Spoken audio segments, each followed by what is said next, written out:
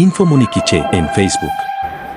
Sí, el día de hoy fue una actividad muy especial, relevante, haciendo el reconocimiento a nuestros agentes que tienen más de 10 años de servicio y 5 años de servicio de acuerdo al reglamento de condecoraciones y distintivos de la municipalidad. De esa manera pues es un punto bastante importante, ya que es un sacrificio que se hace no solamente personal sino familiar, ante todo, y el servicio a la comunidad quichelense. De esta manera pues se ha reconocido su labor y por consiguiente pues también agradecerle a las autoridades municipales de habernos brindado el apoyo consistente en una dotación de 2 juegos de uniformes a los PMT.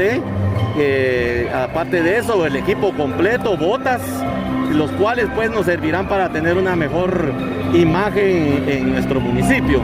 Y también a todos los que el día de hoy pues nos acompañaron y tuvieron pues a bien estar en esta actividad. Tenemos nosotros la gran responsabilidad de minimizar lo que es la siniestralidad vial.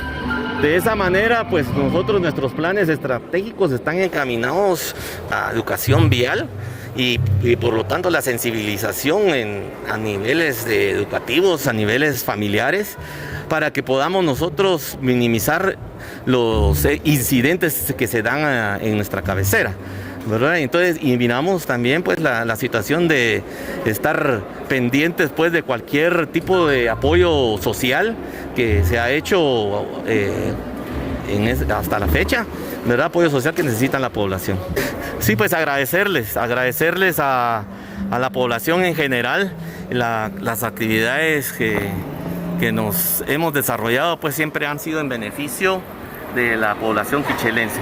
De esta manera, pues decirles pues de que estamos al servicio del pueblo quichelense y estamos atentos a cualquier llamado de la población en general en lo que respecta a lo que es tránsito.